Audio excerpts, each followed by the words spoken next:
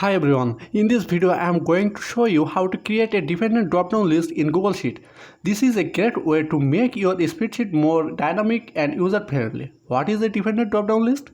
A dependent drop-down list is a list that changes depending on the below selected in other list. For example, you could have a list of car company and then a dependent list of car model that only show car model in the selected car company. First, select the cell where the dependent drop-down list to be located. Select drop-down from range. Select data range. Okay, done. First drop-down ready. Now I create dependent.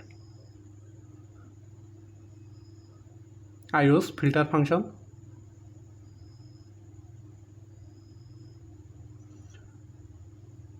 Model range.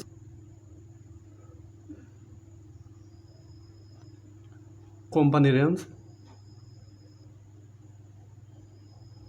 First drop down. Okay. Our dependent is ready.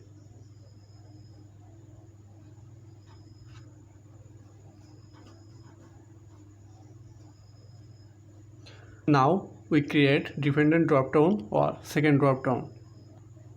Drop down from range. Select dependent we create. Okay, done.